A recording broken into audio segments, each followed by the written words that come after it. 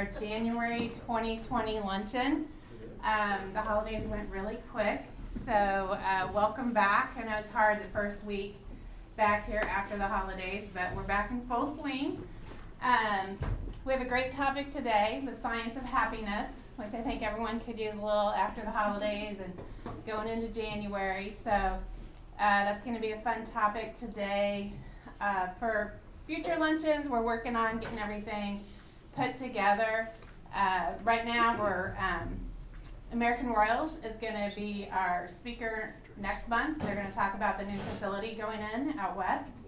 And I don't have a location yet, but stay tuned. And then in March, we're working on maybe trying to do something fun with the, what's it called? The Big 12 basketball tournament. It always starts that Thursday when we have our luncheon. So we're going to try to do a little something fun with that. So stay tuned on that too. And we'll keep, sending out information on the website and stuff. I don't really have too many announcements except, Steve Daly, can you remember if we have any announcements? I'm going to be putting together an email and sending out some updates on where we're at with some things in Fairfax, like the railroad crossings have been a big issue. We have gotten a commitment from the UP and the city we have 32 crossings in Fairfax, which is kind of unheard of, but we're an industrial district. We bring in a lot of rail cars. I think we're probably going to get between 22, 25 or more of those 32 replaced, fixed, whatever, this coming year. So that's really big. The signage, you guys remember the signage? With the B-25 bomber, it's our monument entrance signage. We are in the middle of doing interviews. There's going to be interviews for the 3 final bidders to do the design build, and that's next week. So that'll be progressing along, and that should be designed and up this year. So I'm hoping this summer we can have a big party for that too. Special use permit. Oh, you're going to bring that up? Okay. There's a special use, you're right.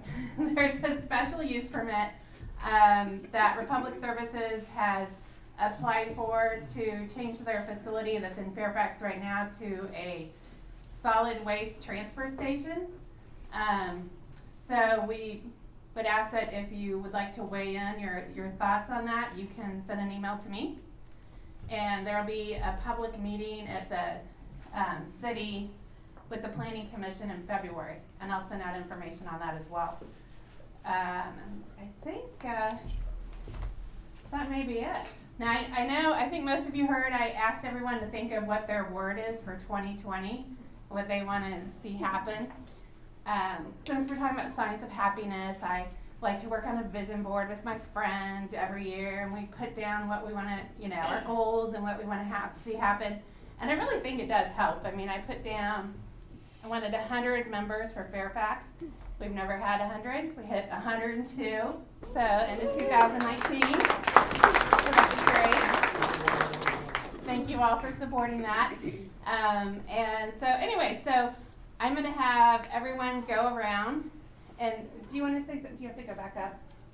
Okay. I'm going to have David Melhoff, who BPU is our sponsor and host today. He's going to say a few things. He's in a meeting. He came down just to say hello, and he's going to pop back up.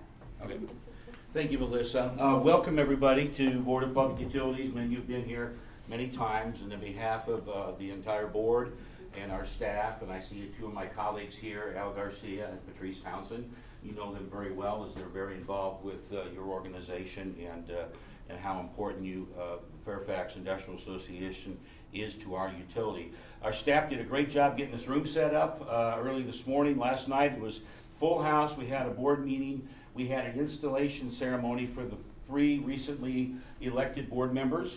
So Bob Mylan Sr. was reelected, as was Jeff Bryant, and then a new board member, Rose Mulvaney Henry, was sworn into office last night. So you'll be hearing some great things from her. I think we're excited to have her on the board, and I think she's going to bring some new fresh thinking and ideas. And so we had a huge crowd last night for that, and staff did a good job of getting this turned around. Our next board meeting has been moved, will be on the 15th. At that time, they'll be electing officers and that type of thing. We'll start laying the groundwork for some exciting things coming down in the future. Something you might be interested in, we're revising our website for next year, so we'll have a more robust, even faster moving website, and there'll be some special areas on there for businesses and particularly folks such as yourself to access some information easier and so forth. So that'll be in the works, and you'll be hearing more about that in the future. So make yourself at home here. This is your place as well. We love having Fairfax here. I wish I could stick around. I could use the science of happiness today, but I'm going to the not science of happiness. So that's just the way it goes sometimes. So anyway, enjoy your day, and thanks for coming. Thank you. Thanks, David. Guys, like, dang, I'd really like to stay and pick up on all this science of happiness, but duty calls. So, okay, so let's go around and start at this table. Everyone, if you just say your name, what business you're with, in one word. So that's a challenge. It can't be like a whole slew of people, just one word. Go ahead. I'm Julie Nielsen with the Hilton Garden Inn right next door, and I'm going to choose renew because of where we're at with our progress. Good. Hi, Chris Harry, Rose Design Build, and I'm going to stay with the word peace.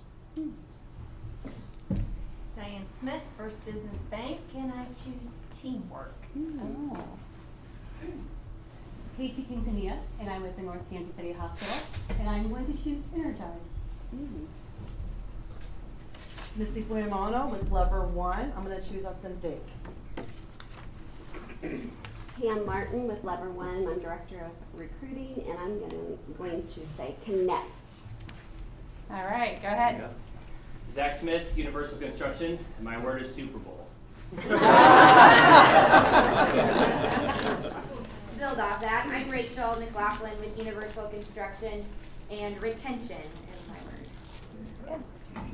I'm Dan Martin with Bonner Poultry, and I choose joy. I am Tara Laws with Botter, and I choose time. I'm Lloyd Vahan with Bonner, and I choose Mahomes.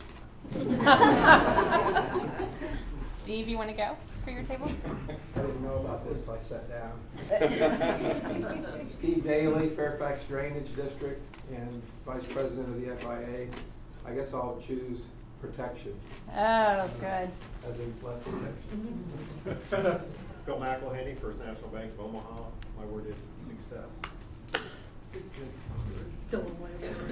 I know we haven't had a repeat yet. Lava, my word's gonna be energy. Woo! Right. Rebecca James of Avo, I chose success. You can do success too. It can be your word too. Joe Vaught with the Vaught Group. My word at 83 years old is living the dream. Dream. Dream. Okay, I like living the dream is true. Okay.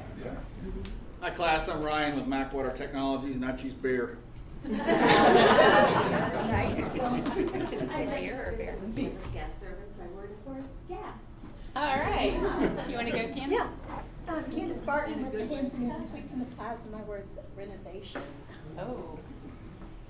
Viviana Reese with Bank of Labor, and my word is motivating. Kia Perales with Bank of Labor, and my word is enthusiasm. Randy Dingus with Bank of Labor, and my word is believe. My name is Steve DeBruin, and I'm with Bank of Labor, and my word is positivity. Pat McGee with Innovative Facility Solutions. My word is conserve. Wayne Schmidt with Innovative Facilities Solutions. My word is calm. Lori? I'm Lori Brenner with Liberal Mechanical, and my word is sunshine. I'm Chris Kelly with Midwest Sign Company, and my word is growth. Hey everybody, I'm Dave Stein with Kansas Manufacturing Solutions, and my word is surpass. Morning, I'm Jake Brown with Austin Wilkerson Insurance, and my word is persistence. Todd Fletcher with Watchman Security, and my word for the year is going to be healing. John Salazar with Wyandotte Economic Development Council, quality. Laura Lee, you guys want to go? Sure. I'm Laura Lee Stevens, formerly with Johnson Community College, now with Baser Linwood High School, and my word for the year is winning. John Littleton with Johnson County Community College, and my word is perseverance. Good one. I'm Molly Blankenship. I'm a senior at Baselwood High School, and my word for the year is confidence. Wait, you get a little more special I get some more? attention. She is looking for an internship. I think you're gonna go into engineering at Yeah, industrial K-State. engineering.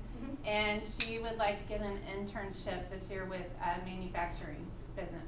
So, we have a little bit of that in Fairfax. So you guys think about it and we can get you connected. Kim Singleton with First State Bank and Trust, and my word is succeed. I'm Andrew Martin with First State Bank and Trust, and my word of the year is yes. Yes. I'm Steve Hedrick with Managed Energy, and my word is cash back. Is that one word? Hyphen, right? Okay, it's a new word. I'm Brad Darnell with First Citizens Bank. My first time here, so appreciate it. And love to meet all of you. My word for the year is community. Great. Dan? I'm Dan Reardon Sr. with the Reardon Pallet Company, also a Fairfax board member, and I got to go with the obvious, pallets. I wondered if you were going to say that. Sorry. Dan Reardon Jr. with Reardon Pallet, Vision. Jason Kane, Reardon Pallet. My word is family. Jamie Strine, ExxonMobil, and my word is growth. Lindsay Yates with ExxonMobil, and my word is inclusion. Taryn Nguyen with Trinex, my first time here as well, so thank you so much for putting this together, and my word for this year is focus. Susanna Segrist with IHD Solutions. My word of the year is fulfillment. Great. Okay, last table. Who wants to go first? My name is Corey Merriman with Rose Design Build. And my word for the year is thoughtfulness. I'm Tyler Hyatt with Rose Design Build. My word is consistency. Al Garcia with BPU. My word is customers. Patrice Townsend with the Board of Public Utilities, and my word is happiness. Aw, wonder where she got that one. Victoria Terry with BPU, and my word is opportunity. Candy Phillips, McCray Lumber and Millwork, and wellness. Hatch McCray, McCray Lumber Millwork. My word is inspire. Great. Well, you know, I'm Melissa. My word is going to be balanced. I am balanced in my life. Michelle, what's your word? I would say my word is probably health. Health. Well, Bella, do you have a word? How about beautiful? She does beautiful pictures. If I would have thought about this ahead of time, I didn't. You can write your word down and keep it in your office or your desk, and it'll serve as kind of a little reminder on what you want to focus on for the year. It's just kind of a fun little thing to do. So I think with that, I feel like there's something else I need to tell you guys, but I can't think of what it is. So don't worry, I have your email. So I'm sure you'll hear about it. If not, I'm going to go ahead and introduce Michelle Lane. She's with North Kansas City Hospital. You're the director of, I have the title here. No, you're good. It's okay. Wellness, health, happiness, all that. I don't think you want this other. I'm gonna use this one if that's okay. Because Sure. I tend to move around a lot, and I'm afraid I'll just smack somebody No, with moving that. around is good. So. Okay. Can you guys hear me okay? Yep. Yay. Okay, great. Wonderful. Thank you so much for having me today. I will kind of move around, but I'll be in this general space. So as I said, my name is Michelle Lane. I've spent probably about the last 20 to 25 years working in the emergency department and critical care units at North Kansas City Hospital. Absolutely love my job, love my hospital. I will be taken out of there horizontally. They allow us to have autonomy and really go after best practice and research and work to our full scope. So I've always been data driven. I've always wanted to know what was the evidence out there. What's the best thing to do? What are other hospitals doing that they're finding a lot of success in? And so how happiness came up for me was actually completely selfish. I had gone through a divorce and I was thinking about positive psychology and like reading all those self-help books that we do when things like this happen to us. So I think positive psychology is really interesting because historically psychology is really focused on problems. So it's what went wrong in the mind. It's a phobia, it's a depression, this broke, your fears, traumas. That's what really psychology has been based off of. And how do you fix those problems in the mind? Well, in the last 30 years, there's been a group of researchers and scientists that have really pushed towards asking the question, what does happiness look like? What does a psychologically healthy life look like? And what do these people all have in common, and what do they do? And so this is a new realm of science called positive psychology. And I absolutely love it because it is based in data, and I love data. It's based in research and evidence. There's no fluffy, oh, this is my opinion type of thing. This is the work of hundreds of thousands of people comparing what qualities make up these certain characteristics that will lead you to what you want. So we have to first talk a little bit about the state in which we live in, right? So our society is profoundly a mess right now, right? We've got a higher divorce rate, higher suicide rate, higher, populations in prisons. We're a bit of a disaster, right?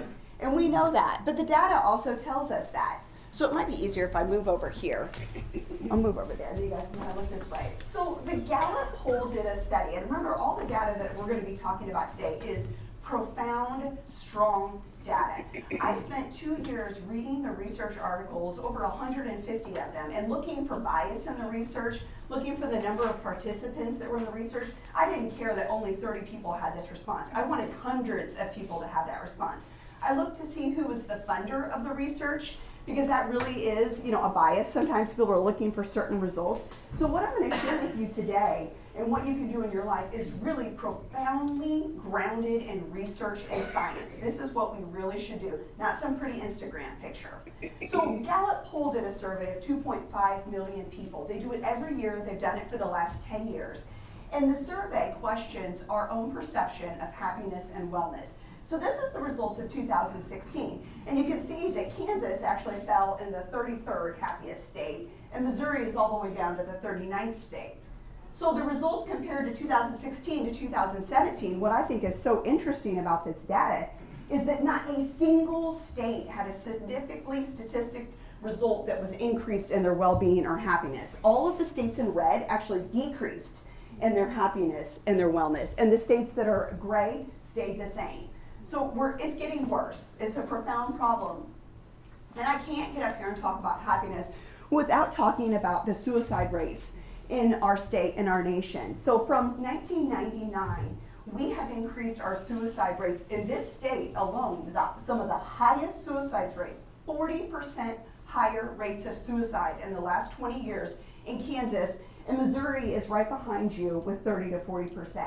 And the reason I bring this up is you all work somewhere, right? And you work with humans, and we all come in contact with each other. And we need to have a heightened awareness of this, because being able to talk to each other is very, very important.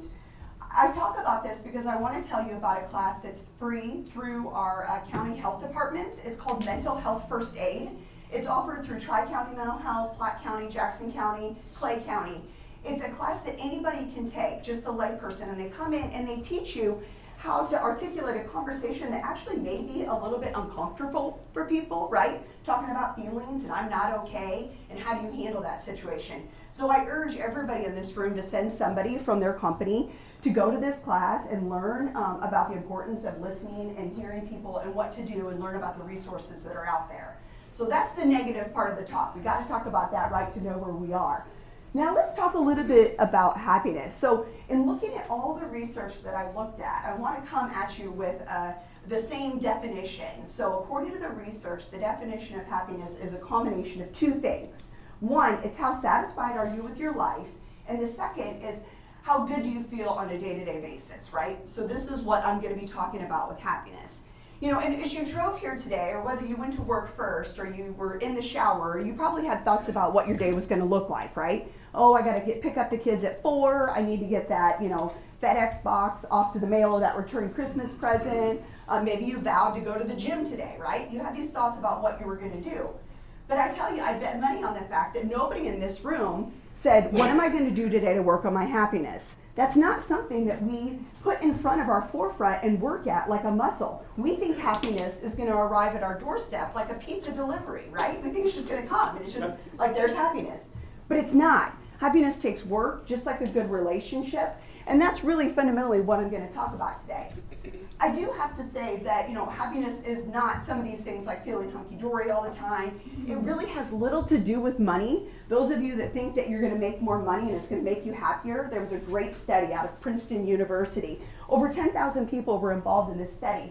And they discovered that $75,000 a year is really that set point of where money can drive your happiness levels. So making more than $75,000 a year had just a marginal effect on your happiness. So $75,000 a year is really kind of your base money rate. So I thought that was interesting. So happiness really is produced in our body by the choices, thoughts, and feelings that we have. So when we make choices and have actions and thoughts and feelings, it releases chemicals in our body. So I'm not going to go down the money trail of like this great scientific discovery with you guys because it's kind of confusing. But what I want you to keep in mind is you are in control of this. So your thoughts, actions, feelings, those drive 4 neurochemicals to be released in your body. So the 4 neurochemicals that are related to happiness are these things. So these neurotransmitters, I use the acronym DOSE. You don't necessarily have to use that acronym. But the first one is dopamine.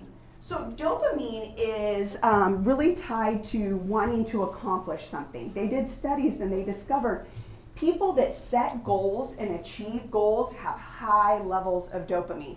This is why a lot of us love to make a list and write out this list, and then we cross it out even if it's something we've already done, we'll go write it down and cross it out. And that's because we are squirting dopamine into our body after we do that, and it's a feel-good hormone, right? So that's why we do that. That's the return on investment of making small goals. So one quick way to earn yourself some dopamine is to make small goals, break things up in chunks. I'm gonna get all of my Christmas presents returned by Friday, do it. You're gonna feel good, you're gonna get accomplished. The other chemical that is released in our body is serotonin. This is also a feel-good hormone. Now, I gotta go back. So one study I thought was so fascinating that had over 7,000 people in it. They found that lazy people have really low levels of dopamine. I thought that was fascinating. So lazy people have low dopamine, but that's a side note. So serotonin is a feel-good hormone that is really tied to, it's kind of like the emotion that you get when somebody makes you feel significant, when somebody makes you feel important, or somebody makes you feel loved. And the quickest way we can get ourselves a little squirt of serotonin is to show gratitude towards somebody else. So that scientifically, hands down, repeatedly, you give graciousness and thank somebody for something, you get a little burst of a chemical called serotonin. It pops into your system. So the 4th neurotransmitter, or the 3rd one, oxytocin, this is like your cuddle drug. So this comes with like sexual intimacy. This comes when I stand close to somebody that maybe I'm attracted to, right? You know that chemical and like that energy you get from a vibe, from maybe making eye contact with somebody that lingers a little bit longer, that kind of like vibe going on. I'm giving myself some oxytocin straight into my blood, right? Social bonding, smiling at people gives you a squirt of oxytocin into your bloodstream. So that's a way. I embarrassed the heck out of you, didn't I? That was too intense. Your oxytocin's like, whoa, too much, high levels. And then the 4th neurochemical that's released into the body is endorphins. And how we get endorphins, the easiest way is through exercise. There are huge studies related to people who have low endorphins and depression and anxiety. Anxious people have a very low number of endorphins, neurotransmitters in their body. So there's tons of research coming out that says the best way to cure depression and anxiety is exercise, right? So that's there. It is hands down the most effective thing, better than Xanax, better than any other drug, but it's not the easy thing, right? It's not the easy button, it's work. But hands down, exercise is going to be giving you the biggest squirt of endorphin. The other thing that shows up in the literature that's related to endorphins is laughter. So laughing, getting yourself to kind of enjoy a moment, watch a sitcom, do whatever, will also give you a yummy little squirt of endorphin into your body. So those are just the neurotransmitters that are related to happiness. So let's talk a little bit about where does your happiness come from, right? And everybody hear me in the back, am I doing okay? If I talk too fast, universal sign of choking, just go ahead, okay, if you're not getting it. But where does your happiness come from? 50% of your happiness is biologically determined. So if you think about us, we are just cells, just reproducing carbon cells in our blood, in our tissue, reproductive system, skin, hair, we're just cells. Our cells are born, we recreate them ourselves, based with our chromosomes, they die. That's all we do, dying cells, recreating cells. That's what happens in our body our whole entire life. So what happens when we get older and we age and disease sets in is those chromosomes in our cells, when they reproduce, they get crazy on us and they do weird things. And that's how cancer and those types of cells are created. So you are biologically determined to have a set point of your happiness. And most of the work that came out of this was in Minnesota with a bunch of twins. There's a huge study with twins, about 8,000 twin sets. And they determined this, and it was a fantastic study. I was super impressed with it. One of the things I want to talk about that's a future science that's coming out is these things called telomeres. Has anybody heard of a telomere? So you see that little squiggly guy right there, that chromosome? At the end of your chromosome, that basically that's just your reproducing cells your whole life, there's these little end caps, and they're called telomeres. And they're like a plastic cap on the end of your chromosome that protects it, kind of like a shoelace, plastic cap on a shoelace. And when that wears off, then the shoelace gets all frayed and crazy, right? So we have those on our chromosomes. And the research, I had to put it down and come back to it. The research shows that people that are unhappy have shortening telomeres over time, and they fray, and they lead to disease. It's really fascinating. There's a TED Talk. Does anybody watch TED Talks? If not, it's like crack cocaine for me. I absolutely will sit down and watch a TED Talk before I would do anything else in my life. I absolutely love documentaries and TED Talks. But so 50% of it is you get what you get. This is your level of happiness. You all have a set level of happiness. Luckily, only 10% of our happiness is really from the circumstances in which we live in. Contrary to popular belief, your circumstances really don't have that much of effect on your happiness levels. So I think that's good. That's why we see these smiling children that are starving in these other countries in their schools and stuff, because that's their normal. That's all they know. You're conditioned to, accept what circumstances you're in. So those of us who've had, a little bit of adversity in our lives, the studies were so exciting to me because people who have had adversity in their life are actually happier than the people who haven't had adversity in their life. Because once that adversity is over and you've had time to be pensive and think about it and you've grown up and you've matured, it really helps shape our identity. It grows more resilience in us. It creates optimism because we were through that and we got through it and now we're okay. And it also helps you cope with your stressors, right? A little bit. So I was relieved to find that because I grew up with a single mom and we spent a lot of time at the Blue Seas Lounge where that was the sponsor for her softball league. And so that's all I'm going to say. I thought a fruit buffet was a condiment tray that you put on drinks. And that's how I was raised. And that's okay. I survived, right? I survived. But I was happy to see that only 10% of that really determines my happiness in my life. So that leaves 40%. Right? So 40% is absolutely up to us. That's the difference between a D and an A on a grade card, right? The 60% that's determined already in your circumstances. So you determine how happy you are with your thoughts, your actions, and your feelings and your behaviors. And so we're going to talk a little bit, I'm going to kind of pause right here because this is so profoundly important.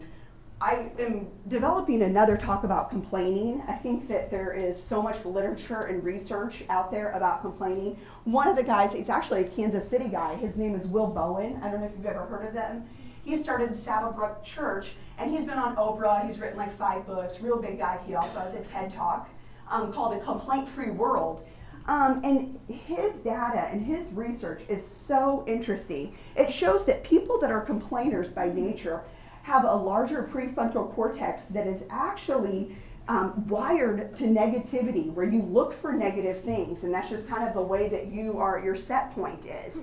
And he talks about how people, really complain for 5 reasons, okay? And I'll talk a little bit, just touch it real briefly, but when I say complaining, I don't mean, that I'm talking about, that we're not gonna, complain about stupid things. So let's say I get a steak and it's cooked medium and I ask for medium rare. It's not complaining for me to tell the server directly, oh, hey, you might not have known, which by the way is a great way to segue into giving somebody feedback. Hey, you might not have known, But this steak came out medium rare and I asked for it to be medium. I was wondering if you could just put it back on the grill. That's not complaining. That's actually communicating in a healthy way with the person who is the problem, right? That can fix your problem, right? Too many times you hear people, they go home and they complain about their work to their spouse, and they go to work and they complain about their spouse to the people at work, right? And then they wonder why nothing is different, right? That's the complaining I'm talking about. Because you're not having healthy communication in turn in dealing with the actual problem. You're just talking about it. So 5 reasons that people complain. First one he says is to get attention, right? So people complain about the weather, the sports team, their own health, anything, right? And that's just basically to get attention because we are unskilled enough to basically say, I want to connect with you. I want to talk with you in this tiny elevator and it's, awkward. So of course I'm going to say, boy, this thing sure is slow. That's a complaint. Basically, people are saying, talk to me, see me, right? So people complain just to get attention, to fill a void of quietness. People also will complain, I forgot my car. Hold it, I just had a whole little link out there. So we'll skip it. So the reason people complain is to inspire envy because it's really against your social norm to brag, right? We don't want to brag. That's not something that people expect us to do, but you can complain about this good fortune that's happened to you, right? You could say, oh yeah, I don't even understand how to use this new iPhone, it's so complicated, or the motor of my big boat. So basically you're getting to the same outcome, you're getting to talk about this great thing that's happened to you, but you're really complaining about it, really.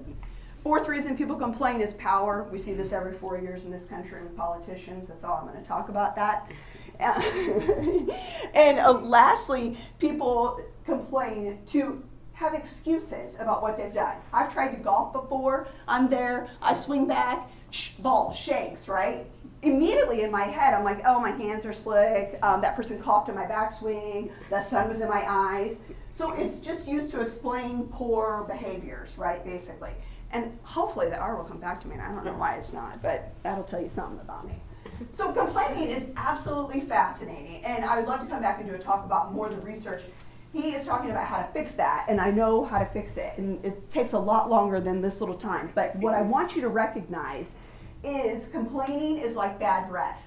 You don't recognize it when it comes out of your mouth, but you see it when it comes out of other people's mouths. And so when you leave here today, you're going to start noticing these little moments that people are just saying a complaint, and you're like, oh God, she's trying to get attention. Because socially she's awkward, she doesn't know how to just connect with me, right? Or she's trying to, Art, I got it. Remove responsibility. I knew it was going to come back to me. So remove responsibility, the reason that people gripe also, remove responsibility. And that's like you ask somebody to do a report for you, and then they didn't do it, right? You go to talk to them about it, and they're like, oh, well, marketing, they're so slow. And, I've always had this problem with Beatrice. She can never, I don't know if it's power or what it is. She doesn't give me the information I need. That's complaining. But it's to remove responsibility from that person. So now you're going to go back to work, and you're going to be like, oh, holy heck, why did I have to listen to that girl and what she had to say? Because now you see it all the time. But being cognizant of it is step 1, kind of like AA. All right, so why do you want to be happy to begin with, right? So the number 1 reason I want to be happy is because it is so good for your health. So the data behind this just makes me tingly. I don't know if it's serotonin, dopamine, or which one kicks in and which squirt I get. But this is so exciting because I'm a nurse and I'm a social worker, and I'm, all I want to do is help people. I'm hardwired to help, and I want people to be healthy. And this is so simple, and this is something you can control. I found over 30 fantastic studies that profoundly show that your view of the world, whether it's half full or half empty, has a profound effect on your health. John Hopkins did a great study where people who had heart disease in their family, right? So just people with heart disease, they did personality tests, and they watched them for over 25 years, whether or not they were a positive or negative person. 25 years later, you had a 50% less likelihood of getting cardiac disease if you were a happier person, based on the same family history, same risk factors. Wow, just your outlook on life, right? Absolutely fascinating. It also can protect you. The brain is wired through our immune system. Our nervous system is tied to our bone marrow and to our thymus. That is our ability to fight bugs. And everybody, is fighting the flu and all these good things. Your attitude will help you. Your attitude will help you. Big study that came out of Harvard Medical School, I thought it was absolutely fascinating. They took a group of medical students and they watched them throughout their medical career, and they drew their blood throughout different periods, during times of stress, when there was a big test, during times of happiness, when they were going on Christmas break, at graduation, and all of these things, right? And in their blood, during times of stress, they had statistically significant lower levels of immune-fighting, bone marrow, white blood cells, all of it. It was just absolutely profound. Stress will knock your immune system down. Unhappiness will knock your immune system down. It disables your ability to fight infection. Another study that I thought was really well done. You say unhappiness or happiness? Happiness, what did I say? You said happiness will make your immune system go down. Unhappiness, thank you. Those two very important letters, an un in there. Thank you. Yeah. I was with you. Yeah. Well, you gotta hold on. When I'm talking, you gotta like grab on and just like go with me. Okay? I care about this stuff, and I hope you understand that I do. So this other study that I thought was really good, these people were actually paid in this study though, so I wanted you to know this. They interviewed them and did personality tests about their outlook on life, positive and negative and all this, for 2 weeks prior to coming into the study. And then they came into the study and then they were all purposely exposed to the flu virus, swabbed their mouth, stuck the flu all over these people, right? Guess what? The people that were happy in their positive outlook on life, high energy, 60% higher. Less people got the flu, right? Holy cow. Attitude matters, right? Attitude matters. Outlook matters. This is so powerful. And I really didn't even get it till I started looking at the studies and this research. And I threw out anything that was backed by some sort of company or some small group. This is real stuff and so interesting. And we're so in control of it, which I really like, because we can do something about it. Another great study, over 30 studies said the same thing, that happy people live longer. And it's not just a little bit longer. Happy people live 7.5 years longer than people that are unhappy. And what I think is so absolutely fascinating about that, this is the same data that we hear about smoking and non-smoking. You know, you say, oh, smoking's bad for your health. Well, smokers will die 7.5 years earlier, right? Happiness is the same thing. We've got all these commercials out there talking about don't smoke, right? It's the same thing, just being happy. We need commercials out there saying, hey, be happy, people, right? And I'm going to talk a little bit about what you can do to be happier. So that's going to be the next part. So, these 4 things, remember I talked about we all have a set point of happiness in our body, right? So you buy something, you get a little squirt of whatever it was, you smile at somebody, you get a little bit close to their body bubble, you get that feel good, right? All of that is a peak, and you still go back down to this set point of happiness. These 4 things right here are things that will increase your set point of happiness, and that's why these are so valuable. First one, nurturing relationships. Big study came out of Harvard Medical School, and I don't know if any of you guys have watched the TED Talk about that. Just Google TED Talk Harvard Medical School happiness. This is the largest, longest study on humans that has ever taken place. So in 1938, they started this study. 724 people from Harvard Medical School, including our past president, JFK. He was one of the first people involved in this study. They have studied them across the span of their whole entire life. This study is still going on right now to this day. The wives are involved, the children are involved, the grandchildren are involved, and they're continuing to study. I have never seen such a plethora of data that they've collected on these people. IQ tests, what was your career, MRI scans, lab work, disease history, personality tests. They measured the length of their scrotum, okay? I'm telling you people, if there was a data point, they measured it on this group of people. It is so impressive, right? And what they found, and this just rocks me to my core, at age 50, right? It's not the cholesterol level of these people that said how healthy they were gonna be when they were 80. It was if they were in a nurturing relationship and had a large social connection and friend groups at 50 was the biggest determiner of how healthy and alive and everything else that they are at 80. Whoa, right? I can quit taking my Crestor. No, I don't take Crestor. I'm actually pretty healthy. Nurturing relationships. And also in this study, what came out is that the opposite body of evidence is loneliness and pessimism has the exact effect, but on the opposite side. So people that were diagnosed with diseases like cardiac disease, diabetes, and those types of things, if they are pessimistic, they're going to die sooner. It actually, kind of like cynical people, hostile, cynical people. Fortunately, this is probably good. This is probably how the earth cleanses itself. But when they get cancer, they die earlier. Great study if you want to read it. It kind of makes me feel good about the world, but it's okay. The second thing, having new experiences. This was all over in the data. This is why we like to go throw axes for fun, or take an art class, or learn the guitar. There is something about learning something new and getting absorbed into something that creates a mind state, kind of this flow. And it doesn't necessarily have to be a new experience. Some of you may like cooking and you lose all worries and you just get lost in this thing. I don't, that's not me, I'll tell you that. But I am a trail runner and I'm a hiker, and when I'm in nature, I feel the most myself and I can just wander for hours. So maybe you're a fisherman, maybe you're a gamer, I don't know. But whatever puts you into this state of flow where everything else floats away from you is so good for you. Do it more. Do it more. Get into the flow. And that's why doing something new, because you're all focused, you're all in on that new thing. I've never gone and thrown an axe before, and that was really good. You know, they teach you, have you guys done that? Has anybody else done that besides me? It's kind of fun, right? It's a fun place. You can go and drink beer and throw axes, and they teach you how to do it. I'm actually really good at it. So, having new experiences.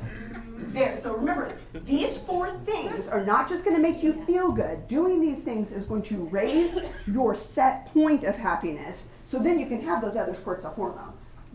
All right?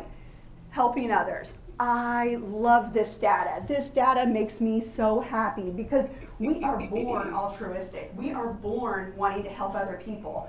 The data shows that you actually get happier by helping other people rather than helping yourself. Buying something for somebody else or doing something for somebody else will give you more of those 4 neurotransmitters. You get a higher squirt when you do things for other people, right? The research is so fun. It shows videos of little children. Somebody's carrying a whole box of heavy things, right, that a researcher is, and the child is sitting there and the person drops the thing, right? And so they're like, oh. Boom, immediately that 18-month-old kid runs up. We are born to want to help other people. The perfect example that I like to do is kind of a fun, creative thing. My kids and I like to make little baggies of coins, and we tape them to the vending machines at the hospital, in the waiting room, on the cancer unit, and the cardiac floor, and just, have a Coke and a smile on me, right? And then we sit down, and then we watch people come into the waiting room and go to the vending machine and see this cool note, and they're like, oh, right? And then my hormones are squirting everywhere. I'm like all sorts of excited. It actually makes me have hormones to just sit here and tell you the story, right? Because you see people come up, and you know what? The money doesn't disappear. People add to it. It's the coolest thing. And there's nothing that can make you more happy than seeing other people be kind to other people. So, write a thank you note, mow your neighbor's yard, shovel something, help somebody with the door, let this frantic mom behind you at Aldi's go before you. This is all going to do good things for you, right? This is all good for us. And then lastly, the thing that you can do to raise your set point of happiness is being grateful. This was the largest amount of data out there. Is anybody familiar with Brene Brown? Okay, Brene Brown has done a lot of research about vulnerability and gratitude. This is so powerful. Segelman out of Johns Hopkins, he did a huge study about this, and he calls it like a boost, like a happiness boost. The biggest happiness boost you can do is to write out a letter to somebody who maybe mentored you or helped you or a parent, and send that to them. That boost of happiness can raise your happiness levels, those hormone levels, for 6 months. Boom, right? Write a letter. And if you can present it to them in person, that's even better. what the studies do show about gratefulness is you want it to be personal and you want it to be specific. So the biggest thing you can do is you can keep a journal and write in it 1 time a week 3 things you're grateful for. This is scientific fact, people. 1 time a week, just do it on Sundays, whatever it is, write down 3 things you're helpful for. And you want to be specific about what you're grateful for. You don't want it to be like, oh, I love my family or whatever. That's bad. So, well, that's vanilla. What you really want to do is put some thought into it. So an example would be for me over the holidays, I was grateful for the fact that we were watching the Chiefs game and my son walked up behind me, I'm just going to pick on you again, and just kind of squeezed my shoulders and just stood there. Just the power of the pause right there and just connected with me and went over and got himself a snack, right? I was so grateful for that connection with him, that he saw me and that we were doing this and watching this Chiefs game together. Grateful, right? He recognizes me. So make it things that you're grateful for that are personal and specific to what you're doing, all right? All right. So, in a nutshell, most people are as happy as they make up their minds to be. Abraham Lincoln said that a long time ago. Smart guy. Emotions are contagious. Your energy is absolutely worse than the flu. So when you walk into a room, what type of energy are you carrying with you? Happy people make other people happy. Sad, pissy people make other people sad and pissy. So if you don't take anything else away from that, remember that. If you have any questions about our information or want a copy of the slides, I'll just kind of be hovering over here. I do work for the Wellness and Occupational Health Department at North Kansas City Hospital. We're a community-based hospital.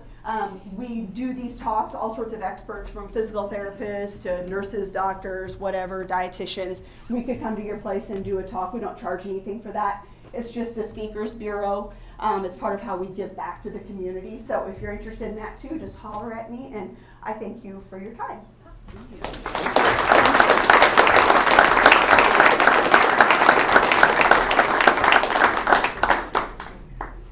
Oh, and I have a drawing. I forgot. Yes, we have a drawing. I have a drawing. We have this and some more things. But Yeah. This is Michelle donated this. This book is a local gal. Her name is Gretchen Rubin. Has anybody heard of her? Yes. Yeah, okay, so Gretchen Rubin went to Pembroke High School. She's written multiple books called The Happiness Project is what really kicked it off. But this is a little journal that you can use to write your gratitude in there. She lives in New York City now, so I just thought it was fun. This is what I do my gratitude journaling in. It's just got little lines in there, so yeah. All right.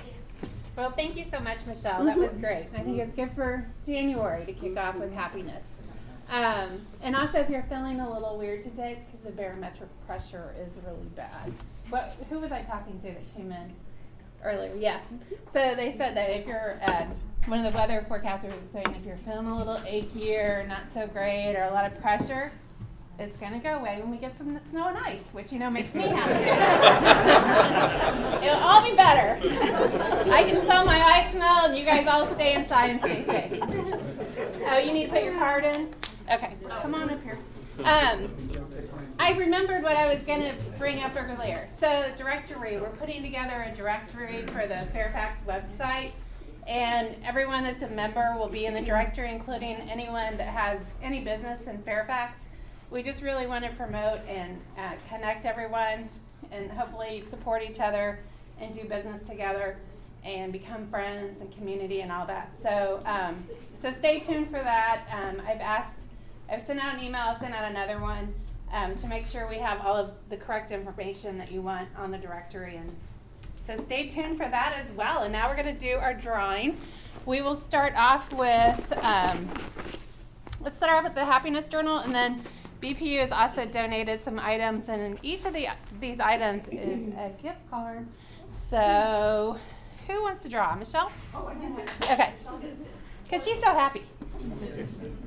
I made a squirt of some good in your That's all right. Rachel McLaughlin from Universal. Oh, Rachel from Universal. There you go. I will. Okay. Okay, next is a little handheld planner and a $25 gift card to UT. Okay. Who can't use that? Julie Nilsson can. Julie, I was like, where is she? Here you go. All right. And next is you can also journal your gratefulness in here and a gift card to QT. Oh, Oliver Hahn, water. Oh, good.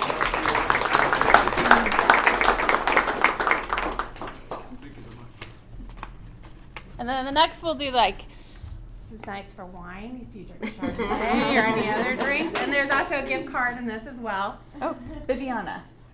Viviana Ruiz. We've got one more with also a gift card. And if you win it and want to give it to me, I will. Rachel happily said she was accept short that. on these, so it's good to see it show up. To give it to somebody else. Randy from, yes. How do you say your last name? Dingus? Dingus, sorry. All